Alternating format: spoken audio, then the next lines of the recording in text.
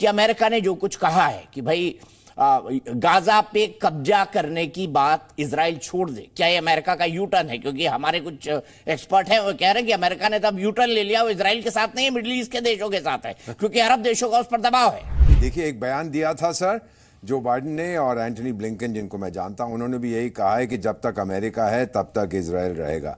वो सिर्फ ये कह रहे हैं, पब्लिक प्रेशर बहुत पड़ रहा है कि गाजा स्ट्रिप को आप लोग अभी वहां पर अपनी हुकूमत मत जमाएं, हल्के हल्के करिए, पहले खात्मा करिए। आपका इंटेंशन क्या था? गाजा पे कब्जा करना नहीं था, आपका इंटेंशन था हमास को खत्म करना। वो आप खत्म कर दीजिए, उसके बाद नेक्स्ट स्टेप हम लिया जाएगा। तो कोई चेंज नहीं है उनकी पॉलिसी में, सिर्फ एम्फेसिस का फर्क हो सकता है। दूसरा, आपने जिक्र किया ईरान क्या स्पोक्स पर्सन बन गया है हमास का, जो कह रहा है कि पहले बमबारी बंद करो, यानी बमबारी से बहुत नुकसान हो रहा है। सब बिटवीन द लाइंस तो हमारी ट्रेनिंग होती है पढ़ने की। और तीसरी चीज सर, हमारे जितने मेहमान हैं मैं उनसे सीखना चाहता हूं, ये पैलेस्टाइन के लोग जो हैं, क्या ये अरब लोग हैं? मेरा नहीं मानना है सर, मैं तो रह चुका हूं उस इलाके में। अरब लोग इनको अरब नहीं मानते। ज्यादा शोर मच रहा है नॉन अरब इस्लामिक कंट्रीज में। अरब इजिप्ट का बॉर्डर है वो नहीं खोल रहे हैं सर, 5 घंटे के लिए कुछ दवाइयां भेज देंगे, ये कर देंगे, कोई लेने को तैयार नहीं है। इनको ये जानते हैं कि बहुत पहले जॉर्डन में 40 साल पहले क्या हुआ था, 67 वॉर के बाद, एटसेट्रा एटसेट्रा। सो इस समय सिचुएशन ये है, इजराइल इज डिटर्मिन्ड कि हमास को खत्म कर देना है। उसके बाद गाजा में किसकी हुकूमत होगी, वो सेकंड स्टेज होगा। ठीक है, मैं सीधे असीम वकार साहब के पास चलता हूं। असीम वकार साहब, आपने दीपक वोरा जी की बात सुनी, आपको क्या लगता है? और आप मुझे बताइए कि आप लोग तो सब उम्मा की बात करते हैं ना, इस्लामिक ब्रदरहुड, तो मिस्र अपने बॉर्डर क्यों नहीं खोल देता? जॉर्डन अपने बॉर्डर क्यों नहीं खोल देता?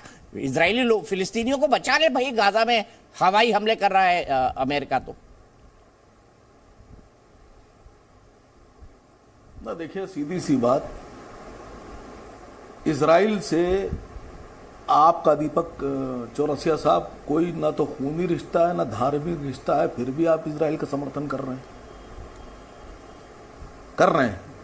बोरा साहब का भी कोई ब्रदरहुड वाला रिश्ता नहीं है, ना तो वो इजरायली हिंदू हैं, ना बोरा साहब ज्यूज हैं, फिर भी बोरा साहब इजराइल का समर्थन कर रहे हैं। देखिए, जो मुल्क होते हैं इनकी अपनी पॉलिसीज होती हैं, लेकिन ह्यूमैनिटेरियन ग्राउंड के ऊपर, जो मानवता की जो ग्राउंड होती है, उस पर अगर बात की जाए, मैं आपसे छोटी सी बात पूछ रहा हूँ। ये वार चल रही है फिलिस्तीन और इजराइल के बीच, ये पहली बार नहीं हुआ है, ये 1948 से लगातार चलती चली आ रही है। ये इससे पहले, अभी चलो हमास ने हमले किए, इससे पहले भी 7-8 महीने, साल भर, 2 साल पहले इजराइल लगातार गाजा में बम बरसाता रहता है, रॉकेट दागता रहता है, मस्जिद अक्सा पे फायरिंग करता रहता है। इजराइल ने अवैध कब्जा कर रखा है, ये आप भी जानते हैं, बोरा साहब भी जानते हैं। अच्छा, मुझे एक बात बताइए असीम वकार साहब, क्यों इसको आप लोग नहीं मानते हैं या नहीं कहते हैं, ये मुझे नहीं पता। मैं किसी के साथ नहीं हूं सर, मैं अपने दर्शकों के साथ। मेरे सवाल का जवाब दीजिए। ये बताइए, यहूदी धर्म, जूश धर्म, यहूदी धर्म कितना पुराना है? असीम वकार साहब, कहीं पढ़ा है आपने यहूदी धर्म के बारे में, कितना पुराना है? सर, ये धर्मों की बहस नहीं है। नहीं, इसी के आधार पर तो हुआ ना सर, इस्लामिक ब्रदरहुड तो उसी से हुआ। अब देखिए, मिस्र भी बॉर्डर नहीं खोल रहा, जॉर्डन भी नहीं खोल रहा। अरे सुनिए, असीम वकार साहब, आपकी पार्टी की बात विदेश वाले भी नहीं सुन रहे, देश में तो सुन ही नहीं रहे भाई। इस्लामिक ब्रदरहुड के नाम पे खोल देना चाहिए ना उनको।